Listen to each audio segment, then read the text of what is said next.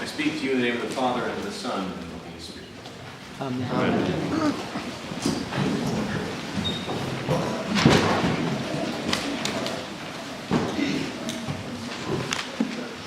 Septuagesima. I expected the blank stares. If you're wondering what I just said, Septuagesima is a Latin word, and for those of you who might be joining us for the first time, this is not a church where we speak in tongues. I just like to throw out arcane words every once in a while to keep everyone on their toes. So, Septuagesima is a word that probably only a handful of church nerds know about, and if I were to go into the full explanation of what it means, you would be asleep in 5 minutes. Maybe even 2. But to give a short version of what Septuagesima means, hundreds of years ago, the season of Lent was taken so seriously that it was thought that a time of preparation for the season of Lent was needed. So roughly 3 weeks beforehand, the church in the Latin West began a time of deliberate preparation for the season of Lent. And those 3 weeks were given fancy names, starting with Septuagesima. And it's not important that you remember these obscure Latin words, but I do think it's helpful to know that we're in a time of preparing for Lent.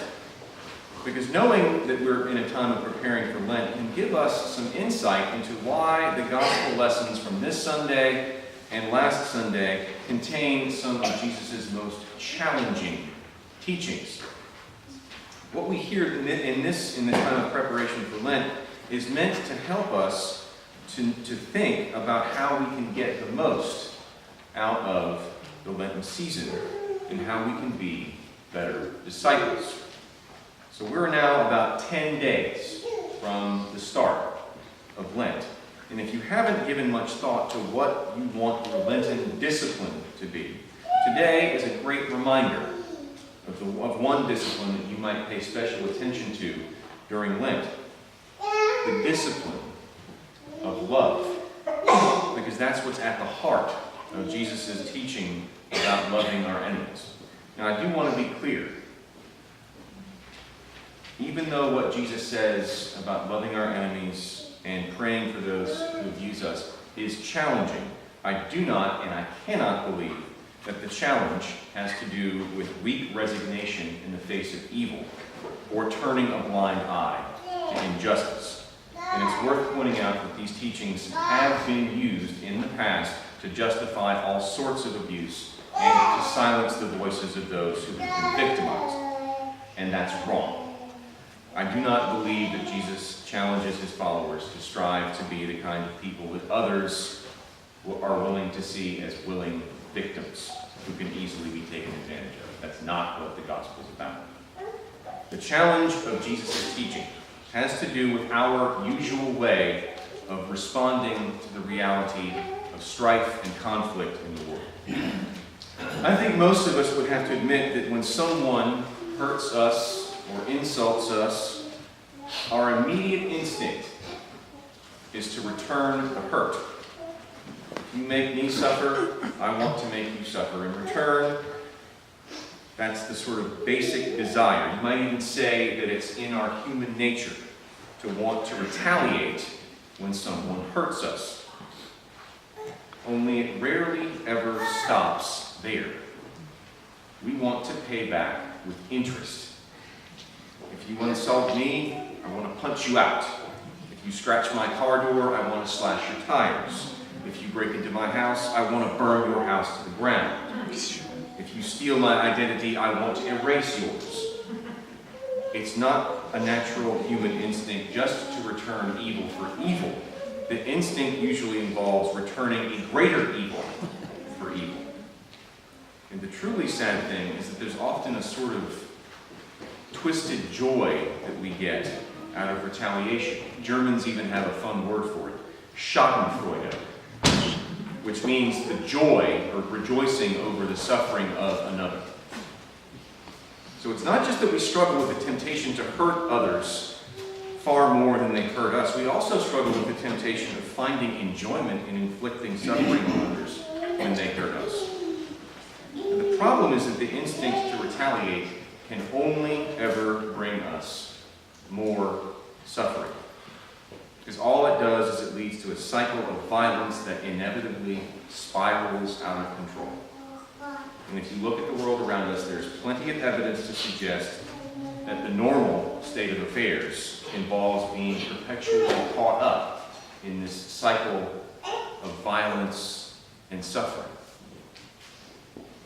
And Jesus' teaching flies in the face of this normal state of affairs. And it challenges us not to act according to our basest instincts for retaliation. Instead, it challenges us to act with the discipline of love. And look at what the power of love can be when people respond to evil with love instead of hate. The power of love helped to topple the British Empire in India. The power of love helped secure the early successes of the civil rights movement in this country. The power of love prevented South Africa from just dissolving into a state of violence and chaos. The power of love has opened doors that for years were closed out of ignorance, fear, and hatred. And it has done so by not remaining silent and passive in the face of evil, but by actively responding to evil in a way that strips evil of its power. This is not to say that responding in love does not come at a cost. Most disciplines require sacrifice. But the discipline of love is especially costly, because the discipline of love requires us to let go of our instinct for retribution. And it's hard to let go of that instinct. If you don't believe me, try driving to Myrtle Beach on 501 without feeling the desire to run someone off the road. How much harder is it when we're faced with the real evils in the world that tempt us to respond with yet more evil? By choosing the discipline of love, we run the risk of feeling like we're acting contrary to our human nature, and that can be disorienting, it can be confusing. But it is the only way out of the cycle of violence and evil that ever threatens to drown the world in chaos. Now, I've been speaking mostly in generalities so far, and I know that some of you might be wondering specifically how you can make the discipline of love part of your Lenten practice. I don't think it's a matter of suggesting that you let people cut in front of you in the grocery store, or you put a quarter in the jar every time you say something mean. The discipline of love begins with a habit of mind. And I've discovered that habits of mind can best be informed and supported through prayer.